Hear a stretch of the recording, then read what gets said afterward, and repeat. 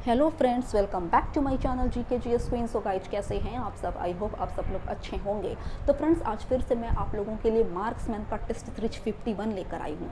अगर आप मेरे कंटिन्यू वीडियो के साथ जुड़े हुए हैं तो आपको पता होगा कि मैं इकोनॉमिक्स को स्किप करके फिजिक्स में एंट्री ले चुकी थी, क्योंकि एज कम्पेयर टू मतलब कि इकोनॉमिक्स साइंस से ज़्यादा क्वेश्चन पूछे जाते हैं। बट ऐसा नहीं है कि इकोनॉमिक्स से क्वेश्चन पूछे ही नहीं जाते, कम पूछे जाते हैं, बट हर एग्जाम में क्वेश्चन पूछे जाते हैं इकोनॉमिक्स से। तो आप इसे स्किप ना करें। तो चलिए बढ़ते हैं आज के वीडियो के साथ। और अगर आप मेरे चैनल पर नए हैं तो प्लीज़ मेरे चैनल को जाकर विजिट करें। वहाँ पर मैं continuously specially Bihar SI candidate के लिए टेस्ट सीरीज करवा रही हूँ। इसके अलावा आपको मेरे चैनल पर Bihar special and Bihar SI के previous year question already uploaded मिलेंगे। तो अगर आपको मेरा वीडियो पसंद आता है तो सब्सक्राइब करना ना भूलें तथा मेरे वीडियोज को ज़्यादा से ज़्यादा फैमिली एंड फ्रेंड्स के साथ शेयर भी करें। So let's started. आप वीडियो को पॉज करते हुए आंसर दीजिएगा। तो क्वेश्चन नंबर फर्स्ट आप देख सकते हैं कि राष्ट्रीय आय क्या है। तो ऑप्शन बी इज करेक्ट, यानी साधन लागत पर निवल राष्ट्रीय उत्पाद को ही राष्ट्रीय आय कहते हैं। नेक्स्ट क्वेश्चन नंबर सेकंड है कि राष्ट्रीय आय निरूपित करता है। ऑप्शन सी यहाँ पर करेक्ट हो जाएगा, यानी बाजार कीमतों पर सकल राष्ट्रीय उत्पाद मूल्य ह्रास और अप्रत्यक्ष करों को घटाकर सब्सिडी जोड़कर। तो चलिए क्वेश्चन नंबर थर्ड है फ्रेंड कि कुल राष्ट्रीय उत्पाद यानी एनएनपी एवं सकल राष्ट्रीय उत्पाद यानी जीएनपी है। ऑप्शन ए इज करेक्ट, यानी राष्ट्रीय उत्पाद का मूल्य मापन। नेक्स्ट क्वेश्चन नंबर फोर्थ है कि मिश्रित अर्थव्यवस्था का क्या अर्थ है। तो ऑप्शन बी, यानी जहां राष्ट्रीय अर्थव्यवस्था में सार्वजनिक क्षेत्र के साथ साथ निजी क्षेत्र भी विद्यमान हो, उसी को ही मिश्रित अर्थव्यवस्था कहते हैं। नेक्स्ट क्वेश्चन नंबर फिफ्थ है कि यह सत्य होगा कि भारत को परिभाषित किया जाए, यानी भारत का अगर डिफिनेशन पूछेगा तो ऑप्शन बी, यानी भारत जो है एक श्रम आधिक्य वाली अर्थव्यवस्था के रूप में भारत को परिभाषित कर रहे हैं हम लोग। नेक्स्ट क्वेश्चन नंबर सिक्स्थ है कि भारतीय अर्थव्यवस्था की विशेषता है। आप यहाँ पर देखिए और कौन कौन सी विशेषता है, तो आपका ऑप्शन यहाँ पर दिया हुआ है। तो इसका जो करेक्ट आंसर हो जाएगा फ्रेंड वो ऑप्शन नंबर डी हो जाएगा, यानी केवल फर्स्ट, थर्ड और फोर्थ। चलिए देख लेते हैं यहाँ पर, केवल फर्स्ट, थर्ड और फोर्थ ही भारतीय अर्थव्यवस्था की विशेषता है। उद्योग की जो प्रधानता है ना फ्रेंड, वो एक विकसित अर्थव्यवस्था की विशेषता है, बट हमारा भारत जो है वो एक विकासशील देश है, तो उद्योग की प्रधानता ये भारतीय अर्थव्यवस्था में इंक्लूड नहीं होगी। नेक्स्ट क्वेश्चन नंबर 7 की तरफ बढ़ रहे हैं कि देश की वृद्धि में निम्न में से कौन सा अनार्थिक तत्व है। तो ऑप्शन ए, यानी सामाजिक व्यवहार, राजनीतिक व्यवहार, अंतर्राष्ट्रीय घटक और वैज्ञानिक घटक इट्सेट्रा जो होते हैं वो किसी भी पार्टिकुलर देश की डेवलपमेंट में यानी वृद्धि में अनार्थिक तत्व होते हैं। तो चलिए एट्थ है कि भारतीय अर्थव्यवस्था के संदर्भ में निम्नलिखित कथनों पर विचार कीजिए। तो ऑप्शन डी यहाँ पर करेक्ट हो जाएगा, यानी ना तो फर्स्ट और ना ही सेकेंड यहाँ पर सही है। तो चलिए फ्रेंड आगे बढ़ रहे हैं क्वेश्चन नंबर 9 की तरफ कि भारत के निम्न राज्यों में से किसमें प्रति व्यक्ति आय सबसे कम है। तो नवीनतम आंकड़ों के अनुसार इसका करेक्ट आंसर बिहार हो जाएगा। नेक्स्ट, निम्न में से किस राज्य में औसत प्रति व्यक्ति आय सर्वाधिक है। तो ऑप्शन ए, यानी गोवा में सबसे ज़्यादा है। नेक्स्ट है कि निम्नांकित में से किस राज्य में औसत प्रति व्यक्ति आय सर्वाधिक है। तो यहाँ पर गोवा का ऑप्शन नहीं है, तो इस पॉइंट ऑफ व्यू से इसका करेक्ट आंसर हरियाणा हो जाएगा। नेक्स्ट है कि भारत में ग्रामीण आय प्रायः नगरीय आय से कम है, इसके लिए निम्नलिखित में से कौन से कारण जिम्मेदार हैं। तो आप यहाँ पर देख सकते हैं ऑप्शन ए यहाँ पर करेक्ट हो जाएगा, यानी फर्स्ट, सेकंड और थर्ड आप इसे पढ़िए। तो चलिए 13 है कि निम्नलिखित में से कौन से मुख्य कारणों से भारत में प्रति व्यक्ति आय में वृद्धि की दर धीमी है। आप इसे पढ़ सकते हैं। तो इसका जो करेक्ट आंसर हो जाएगा फ्रेंड वो ऑप्शन नंबर डी हो जाएगा, यानी फर्स्ट और सेकंड आप बैक कर पढ़ लीजिएगा। तो चलिए क्वेश्चन नंबर 14 है कि उत्तर प्रदेश की प्रति व्यक्ति आय की निम्नता के कारणों के बारे में निम्न कथनों पर विचार कीजिए। तो ऑप्शन बी इज करेक्ट, यानी फर्स्ट, सेकंड और थर्ड।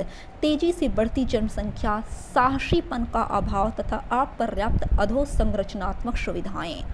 नेक्स्ट क्वेश्चन नंबर 15 है कि भारत में बचत और पूंजी निर्माण की ऊंची दर होते हुए भी समवृद्धि दर कम होने का कारण है। तो ऑप्शन डी, यानी ऊंची पूंजी तथा उत्पाद अनुपात।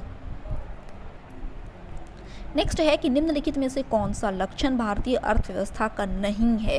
तो प्राकृतिक संसाधनों की कमी, ये हमारे भारतीय इकोनॉमिक का एक लक्षण नहीं है। जबकि श्रम की न्यून कार्यक्षमता, प्रति व्यक्ति आय कम तथा पूंजी निर्माण की न्यूनतम दर, ये सब भारतीय अर्थव्यवस्था का वजह है। नेक्स्ट 17 है कि निम्न कारणों में से कौन सा कारण भारत की प्रति व्यक्ति वास्तविक आय यानी पर कैपिटा इनकम में धीमी बढ़त के लिए मुख्य रूप से उत्तरदायी है? जिसका correct answer option number B हो जाएगा, यानी फर्स्ट, सेकंड और थर्ड। नेक्स्ट क्वेश्चन नंबर 18 है फ्रेंड कि एक खुली हुई अर्थव्यवस्था में अर्थव्यवस्था की राष्ट्रीय आय है CIGXM का क्रमशः अर्थ है उपभोग, निवेश, सरकारी खर्च, कुल निर्यात और कुल आयात। तो इसका correct answer option number C हो जाएगा। नेक्स्ट क्वेश्चन नंबर 19 है कि यदि एक दी हुई समयावधि में कीमतें और मौद्रिक आय दोनों डबल हो जाए तो वास्तविक आय, जिसका करेक्ट आंसर हो जाएगा फ्रेंड ऑप्शन नंबर सी, यानी अपरिवर्तित यानी अनचेंजेबल रहेगी। नेक्स्ट है कि वर्तमान मूल्यों के प्रति व्यक्ति आय की वृद्धि दर स्थिर मूल्यों पर प्रति व्यक्ति आय की वृद्धि दर से अपेक्षाकृत अधिक है, क्योंकि स्थिर मूल्यों पर प्रति व्यक्ति आय की वृद्धि दर में ध्यान रखा जाता है मुद्रास्फीति में वृद्धि दर का। नेक्स्ट है कि 1867 टू 1868 में भारत ने प्रति व्यक्ति आय 20 रुपया थी, यह सर्वप्रथम सुनिश्चित किया था। ऑप्शन डी करेक्ट, दादा भाई नौरोजी ने। नेक्स्ट है कि भारत का राष्ट्रीय आय का प्रथम मापन किया था दादा भाई नौरोजी ने। तो चलिए 23 है कि भारत में राष्ट्रीय आय समंकों का आकलन किया जाता है। ऑप्शन डी यानी केंद्रीय सांख्यिकी संगठन द्वारा। नेक्स्ट 24 है कि भारत में राष्ट्रीय आय का प्राकलन किया जाता है। ऑप्शन बी करेक्ट, केंद्रीय सांख्यिकी संगठन द्वारा। नेक्स्ट, भारत में पूंजी निर्माण के आंकड़े एकत्रित करने का काम कौन करता है? तो RBI और केंद्रीय सांख्यिकी संगठन। नेक्स्ट है कि भारत का आर्थिक सर्वेक्षण प्रत्येक वर्ष सरकारी तौर पर प्रकाशित किया जाता है। Option C is correct, Bharat सरकार के वित्त मंत्रालय द्वारा। तो चलिए फ्रेंड आगे बढ़ रहे हैं 27 की तरफ कि किसी देश की आर्थिक समृद्धि का सबसे उपयुक्त मापदंड है उसका प्रति व्यक्ति वास्तविक आय। ऑप्शन डी यहाँ पर करेक्ट है। नेक्स्ट है कि भारत में निम्नलिखित क्षेत्रों में से कौन एक क्षेत्र बचत में सर्वाधिक योगदान करता है? तो घरेलू क्षेत्र यानी डोमेस्टिक क्षेत्र।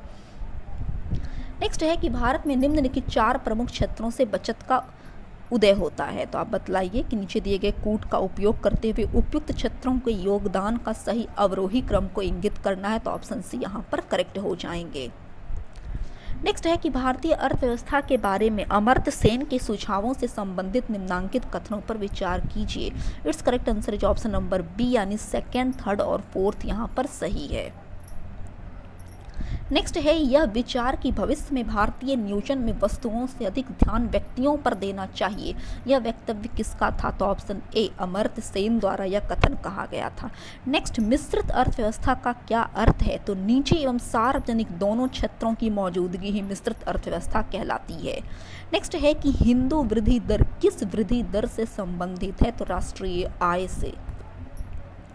नेक्स्ट क्वेश्चन नंबर 34 की तरफ बढ़ रहे हैं फ्रेंड कि आर्थिक विकास सामान्यतः युग्मित होता है। ऑप्शन बी करेक्ट, स्फीति के साथ।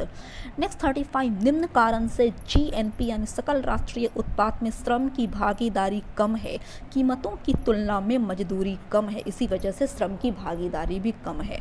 नेक्स्ट आप यहाँ पर एसर्शन और रीजन यानी कथन और कारण देख सकते हैं। तो इसका करेक्ट आंसर ए है, यानी ए तथा आर दोनों सही तथा दोनों एक दूसरे की पुष्टि भी कर रहा है। यानी पिछले 15 वर्षों में भारतीय अर्थव्यवस्था ऊंची औसत सकल राष्ट्रीय उत्पाद वृद्धि दर पर पहुंच गई है, क्योंकि इस अवधि में बचत अनुपात में निरंतर वृद्धि हुई है। तो चलिए फ्रेंड आगे बढ़ रहे हैं क्वेश्चन नंबर 37 की तरफ कि भारत में नियोजित अर्थव्यवस्था आधारित है। तो ऑप्शन डी इज करेक्ट, मिश्रित अर्थव्यवस्था पर। नेक्स्ट है कि भारत की अर्थव्यवस्था कैसी है? तो विकासशील। नेक्स्ट, भारतीय अर्थव्यवस्था वर्णित की जा सकती है एक विकासशील अर्थव्यवस्था के तौर पर। नेक्स्ट है कि भारतीय अर्थव्यवस्था के संदर्भ में निम्नलिखित कथनों पर विचार कीजिए। इसका correct answer option number B हो जाएगा, यानी केवल 2। सकल घरेलू उत्पाद यानी GDP में सार्वजनिक क्षेत्र का परसेंटेज अंश में विगत एक दशक में कमी आई है। नेक्स्ट है कि निम्न में से कौन आर्थिक सुधारों के द्वितीय प्रजनन यानी जनरेशन में सरकार द्वारा चिन्हित किए गए हैं का भाग नहीं है? तो 41 का जो करेक्ट आंसर हो जाएगा फ्रेंड वो ऑप्शन नंबर सी हो जाएगा, यानी न्यायिक प्रणाली में सुधार। तो चलिए 42 है कि भारतीय अर्थव्यवस्था के संदर्भ में निम्नलिखित युग्मों पर विचार कीजिए, कौन से युग्म सही हैं। तो ऑप्शन ए यानी केवल फर्स्ट की मेल्ट डाउन जो है वो स्टॉक कीमतों की गिरावट को कहते हैं, बट बी और सी यहाँ पर गलत है। बी है रिसेशन। रिसेशन की अगर बात करें तो ये समृद्धि दर की गिरावट नहीं बल्कि व्यावसायिक एवं औद्योगिक चक्रों का संकुचन कहलाता है। और स्लो डाउन की अगर बात करते हैं तो यह आर्थिक क्रियाओं का ह्रास कहलाता है। नेक्स्ट यहाँ पर 43 में आप कथन और कारण देख सकते हैं। ऑप्शन बी यहाँ पर करेक्ट है। ए तथा आर दोनों सही है, बट ये एक दूसरे की पुष्टि नहीं कर रहे हैं। नेक्स्ट 44 है कि भारत में आर्थिक उदारीकरण यानी इकोनॉमिक लिबरलाइजेशन शुरू हुआ। ऑप्शन ए औद्योगिक लाइसेंस नीति में वास्तविक बदलाव के साथ। नेक्स्ट 45 है कि भारत की व्यावसायिक संरचना के वर्षों बाद भी लगभग वैसा ही बने रहने का एक कारण है निवेश का प्रतिमान पूंजी प्रधान उद्योगों की दिशा में उन्मुख रहा है। तो चलिए नेक्स्ट क्वेश्चन की तरफ बढ़ रहे हैं कि भारत में अपनाई गई नई आर्थिक नीति के दो घटकों स्थिरीकरण और संरचनात्मक समायोजन के विषय में निम्नलिखित में से कौन से कथन सही हैं। तो ऑप्शन बी यानी संरचनात्मक समायोजन क्रमिक बहुपद प्रक्रम है, जबकि स्थिरीकरण त्वरित अनुकूलम प्रक्रम है। तो चलिए फ्रेंड 47 की तरफ हम लोग बढ़ रहे हैं कि भारतीय अर्थव्यवस्था के उदारीकरण का अग्रदूत यानी पायनियर किसे कहा जाता है। तो option B doctor Manmohan Singh को। तो चलिए 48 की अगर हम लोग बात कर लेते हैं, यहाँ पर से सतत आर्थिक विकास से क्वेश्चन पूछे गए हैं कि आर्थिक विकास से समृद्ध जनांकीय संक्रमण की निम्नलिखित विशिष्ट अवस्थाओं पर विचार कीजिए।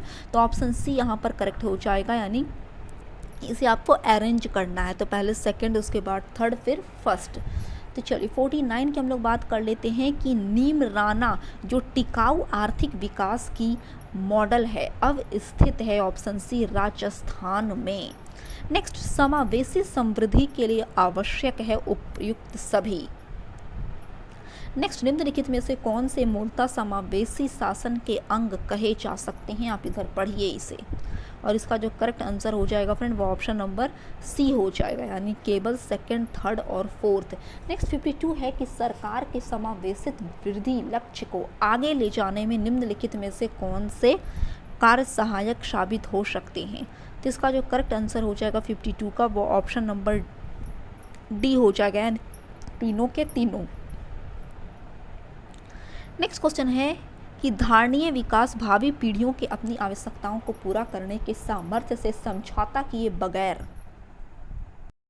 वर्तमान की आवश्यकताओं को पूरा करता है। इस परिप्रेक्ष्य में धारणीय विकास का सिद्धांत निम्नलिखित में से किस एक सिद्धांत के साथ स्वाभाविक रूप से जुड़ा हुआ है। तो इसका correct answer option number D हो जाएगा, यानी धारण क्षमता। तो चलिए 54 है कि भारत के सकल घरेलू उत्पाद यानी जीडीपी में कृषि एवं उससे संबंधित प्रक्षेत्र का अंश लगभग है 18%। कितना है फ्रेंड? 18% है। तो चलिए 55 है कि उत्तर प्रदेश में सर्वाधिक प्रतिशत कर्मचारी नियोजित हैं कृषि क्षेत्र में। नेक्स्ट कृषि का योगदान इस समय राष्ट्रीय जीडीपी में लगभग है 18%। नेक्स्ट भारत में कृषि क्षेत्र श्रम शक्ति को कितने प्रतिशत लोगों को प्रत्यक्ष रोजगार प्रदान करता है? तो 60% लोगों को। नेक्स्ट आर्थिक नियोजन के युग के आरंभ से भारत की सकल राष्ट्रीय आय में कृषि का हिस्सा, इसका correct answer option number A है, यानी निरंतर कम होता रहा है। नेक्स्ट निम्नांकित में से कौन भारत में सहकारी कृषि के विचार का समर्थक नहीं था? तो option C is correct, Chaudhary Charan Singh. Next निम्न में से किस प्रांत में सोयाबीन खेती के अंतर्गत क्षेत्र सर्वाधिक हैं? तो एमपी यानी मध्य प्रदेश में। नेक्स्ट निम्नलिखित में से कौन सी एक नकदी फसल है? तो option C is correct, soybean. Next गेहूं की सिंचाई हेतु अतिक्रांतिक अवस्था है? ऑप्शन ए ताज निकालने की अवस्था। तो चलिए आगे बढ़ रहे 63 की तरफ कि देश में गेहूं उत्पादन के दृष्टिकोण से निम्न राज्यों का अवरोही क्रम है। ऑप्शन डी इज करेक्ट, पहले यूपी, उसके बाद एमपी, तब पंजाब और हरियाणा। आपको क्वेश्चन एग्जाम में कंफ्यूज कर सकते हैं फ्रेंड, जैसे देश में गेहूं के उत्पादन में पहला पोजीशन पर तो उत्तर प्रदेश है, बट अगर आपसे एग्जाम में ये पूछे कि प्रति हेक्टेयर उत्पादन में पहला पोजीशन पर कौन है, तो इसका करेक्ट आंसर उत्तर प्रदेश ना होकर पंजाब हो जाएगा। नेक्स्ट नेक्स्ट क्वेश्चन नंबर 64 है कि भारत में फसल बीमा योजना का शुभारंभ किया गया था। ऑप्शन सी 1985 ईस्वी में। नेक्स्ट, व्यापक फसल बीमा योजना के स्थान पर राष्ट्रीय कृषि बीमा योजना लागू की गई। ऑप्शन सी इज करेक्ट, 1999 में। नेक्स्ट, राष्ट्रीय कृषि बीमा योजना का प्रारंभ हुआ था वर्ष 1999 से 2000 में। नेक्स्ट, किसी वित्तीय वर्ष के संघीय बजट में राष्ट्रीय कृषि बीमा योजना को खरीफ फसल पर भी लागू किया गया सन 2004-05 में। नेक्स्ट, उत्तर प्रदेश में किसान बही योजना लागू की गई थी 1992 में। Next, hand book of agriculture प्रकाशित होती है भारतीय कृषि अनुसंधान परिषद से। तो चलिए आगे बढ़ रहे 70 की तरफ की 8वीं योजना के अंतर्गत योजना आयोग ने भारत को जितने प्रमुख कृषि जलवायु प्रदेशों में विभक्त किया था वह संख्या है ऑप्शन बी यानी 15। नेक्स्ट, राष्ट्रीय हॉर्टिकल्चर मिशन किस पंचवर्षीय योजना में आरंभ किया गया था? तो ऑप्शन बी 10वीं पंचवर्षीय योजना में। नेक्स्ट क्वेश्चन है कि कृषि श्रमिक सामाजिक सुरक्षा योजना उपलब्ध कराती है। ऑप्शन सी पेंशन तथा बीमा लाभ। नेक्स्ट, निम्नलिखित कथनों पर विचार कीजिए, आप पढ़िए इसे। इसका correct answer option number B हो जाएगा यानी केवल सेकेंड। नेक्स्ट है निम्नलिखित कथनों पर विचार कीजिए, इसका correct answer option number C हो जाएगा, फर्स्ट और second both are right. Next है कि निम्नलिखित में से कौन सी फसल राष्ट्रीय खाद्य सुरक्षा मिशन से आच्छादित नहीं है? तो ऑप्शन डी यानी मोटे अनाज। नेक्स्ट, निम्न में से कौन राष्ट्रीय खाद्यान्न सुरक्षा मिशन में सम्मिलित नहीं है? तो ऑप्शन बी यानी तिलहन। नेक्स्ट, भारत में राष्ट्रीय खाद्य सुरक्षा मिशन कब से प्रभावी हुआ? तो सन 2007 से 8 की रबी फसल से। 78 है कि किस पंचवर्षीय योजना में कृषि ने ऋणात्मक विकास प्रदर्शित किया? तो चलिए 78 का correct answer option number A हो जाएगा यानी तीसरी पंचवर्षीय योजना में। नेक्स्ट, भारत की औसत फसल गहनता है अप्रॉक्स 139%। नेक्स्ट, नीली क्रांति संबंधित है मछली उत्पादन से। नेक्स्ट, पीत क्रांति संबंधित है ऑप्शन सी इज करेक्ट तिलहन के उत्पादन से।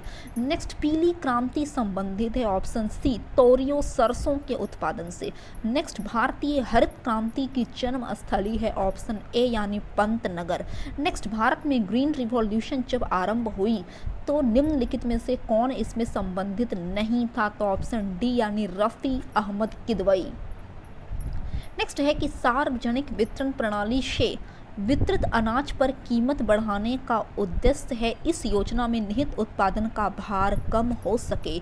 नेक्स्ट, ऑपरेशन फ्लड का संबंध किससे है? तो ऑप्शन बी दूध के उत्पादन से। नेक्स्ट है कि 1950 से 2018 की अवधि में भारत में खाद्यान्नों का उत्पादन बढ़कर 4 गुने से भी अधिक हो गया। फिर भी सही अर्थ में आत्मनिर्भरता जिसका तात्पर्य है भूख से मुक्ति नहीं प्राप्त की जा सकी, किस वजह से ऐसी हुई है? तो आप पढ़िए इसे। इसका जो करेक्ट आंसर हो जाएगा फ्रेंड वो ऑप्शन नंबर ए हो जाएगा यानी फर्स्ट, सेकंड और 3 कारणों से हुई है। आप बैक कर पढ़ सकती हैं। नेक्स्ट है कि हरित क्रांति से भारत में कौन से राज्य सर्वाधिक लाभान्वित हुए हैं? तो ऑप्शन सी यानी पंजाब, हरियाणा तथा पश्चिमी उत्तर प्रदेश। नेक्स्ट है कि निम्नलिखित में से कौन सी कृषि करने की प्रक्रिया पर्यावरण संरक्षण में सहायक है? तो ऑप्शन डी यानी जैविक खेती। नेक्स्ट 90 में आप असर्शन और रीजन देख सकते हैं, इसका correct answer option number A है। तो चलिए 91 है कि निम्न में से किस वर्ष में खाद्यान्न उत्पादनों में वृद्धि दर ऋणात्मक रही? तो ऑप्शन सी यानी 2004-05 में। नेक्स्ट, निर्यात हेतु आम की पसंदीदा प्रजाति है ऑप्शन सी यानी अल्फांजो। नेक्स्ट, NAFED संबंधित है ऑप्शन सी इज करेक्ट कृषि विपणन से। 94 है कि राष्ट्रीय स्तर पर कृषि विपणन सहकारिताओं का शीर्ष संगठन है नेफेड। तो चलिए 95 है कि भारत में कौन सा कृषि वित्त का स्रोत नहीं है? तो ऑप्शन डी यानी केंद्रीय बैंक। तो चलिए 96 है कि किसानों को उनकी अल्पावधि और दीर्घावधि आवश्यकताओं के लिए उनके स्रोतों से ऋण प्रदान किया जाता है। किसानों को मिलने वाले ऋण के मुख्य स्रोतों में सम्मिलित है ऑप्शन ए इज करेक्ट प्राथमिक कृषि सहकारी समितियां, व्यावसायिक बैंक, RRB और गैर सरकारी उधारदाता। नेक्स्ट है कि हाल के वर्षों में भारत में कृषि वित्त का सबसे बड़ा स्रोत निम्नलिखित में से कौन सा एक है? तो ऑप्शन ए इज करेक्ट, यानी वाणिज्यिक बैंक। नेक्स्ट, भारत में निम्नलिखित में से किसकी कृषि तथा सहबद्ध गतिविधियों में ऋण के वितरण में सबसे अधिक हिस्सेदारी है? तो इसका करेक्ट आंसर हो जाएगा फ्रेंड ऑप्शन नंबर ए, यानी वाणिज्यिक बैंकों की। तो चलिए 99 है कि भारत में कृषि साख के संस्थागत स्रोत नहीं है। ऑप्शन डी इज करेक्ट, यानी थर्ड, फर्स्ट और सेकंड, इसको आपको अरेंज करना था घटते क्रम में। लास्ट और क्वेश्चन नंबर 100 है कि हाल के वर्षों में निम्न में से कौन कृषि तथा संबंधित क्रियाओं हेतु सबसे कम संस्थागत साख प्रदान करता है? तो ऑप्शन बी इज करेक्ट, यानी विदेशी निजी बैंक। तो चलिए फ्रेंड, मिलते हैं कल एक नए वीडियो के साथ। तब तक के लिए जय हिंद, जय भारत।